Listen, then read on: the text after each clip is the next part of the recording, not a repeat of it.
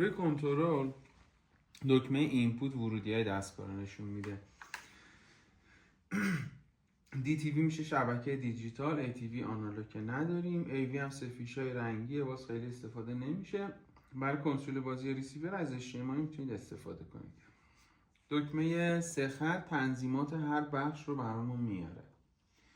برای کانال یابی کردن توی قسمت کانال LCN رو حالت روشن باشه، جستجوی خودکار رو میزنید کانال یابی میکنه. بقیه تنظیمات تلویزیون مثل حالتهای تصویر و صدا همه رو حالت استاندارد و دیفالت، نیاز به تغییر نداره.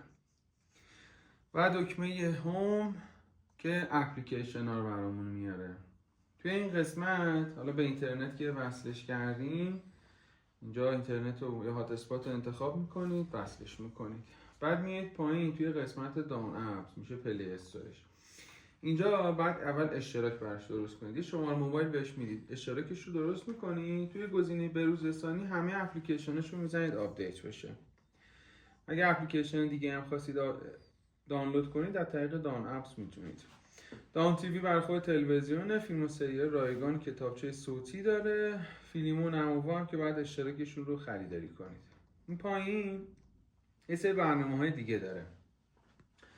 کروم میشه وب بروزر، دستیار هوشمند اپلیکیشنی که روزی یه بار یه روز همین واردش میشی، بهبود عملکرد رو میزنی، پاکسازی حافظه رو میزنی، کش دستگاه رو خالی میکنه. مدیریت فایل نشون میده که چقدر فضا برای ذخیره سازی عکس و فیلم و اپلیکیشن دارید. هر چقدر این فضا خالی تر باشه سرعت عملکرد تلویزیونتون بهتره. چند رسانه محتویات فلش یا هارد رو نشون میده. راهنمای کاربر دفترچه الکترونیکی تلویزیون. ایشیر برای گوشی آیفونه که جفت دستگاه به یه اینترنت مشترک، از طریق اون اسکرین میرور گوشیتون ایشیر رو انتخاب میکنید وصل میشه. و اشتراک گذاری صفحه برای گوشی‌های اندرویده. میراکست رو باز میکنید، روی گوشی تنظیماتی که از بالا به پایین کشیده میشه، گزینه‌های اسمارت ویو، کست، بازتاباندن رو انتخاب میکنید، صفحه گوشیتون بازتاب میشه.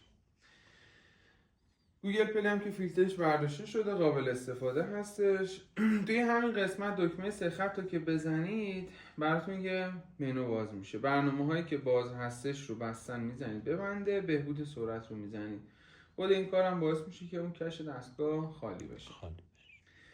برای بیرون اومدن از این منو دکمه‌های بک و اگزیت کار نمیکنه. اون بالا تلویزیون انتخاب میکنید تا از این منو بیاد بیرون. سعی کنید همیشه اینترنت بهش وصل نباشه، هر موقع نیاز داشتید وصل کنید، کارتون تموم شه قطعش کنید. توی قسمت تنظیمات بیشتر، گزینه شروع مجدد تلویزیون رو ماهی یک بار بزنید دستگاهتون رو ریستارت کنه که حالا کانالا میپره با ریستارت. نه این ریستارته. اون بازنشانی به تنظیمات کارخانه است که کانالا میپره، ولی برای ریستارت کردن که شروع مجدد تلویزیون میزنید نه اتفاق نمیفته. برای بس کردن این کنترلی که بلوتوسی هستش توی قسمت کنترل از راه دور، وسیله جانبی، لوازم جانبی، افزودن وسیله جانبی، خودش توضیح داده که دکمه بک اوکی و 5 ثانیه نگه میدارید، کنترل میره حالت چشمک زن، اسم کنترل رو میاره انتخاب میکنید و بس میشه. و اینکه با این کنترل توی اتاق هم کار کنید کار میکنه. دکمه موس روی کنترل رو بزنید نشانگر موس فعال میشه، کنترل که تکون میدید کار میکنه، دوباره دکمه رو که بزنید نشانگر مثلا بعد چند ثانیه از روی صفحه میره.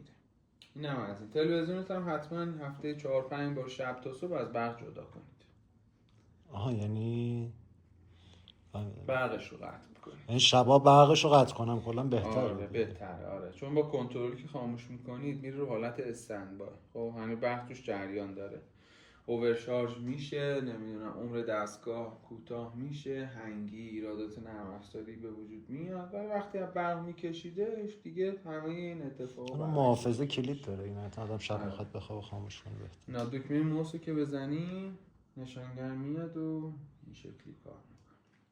به این شکل تمام شد. خیلی ممنون و متشکرم.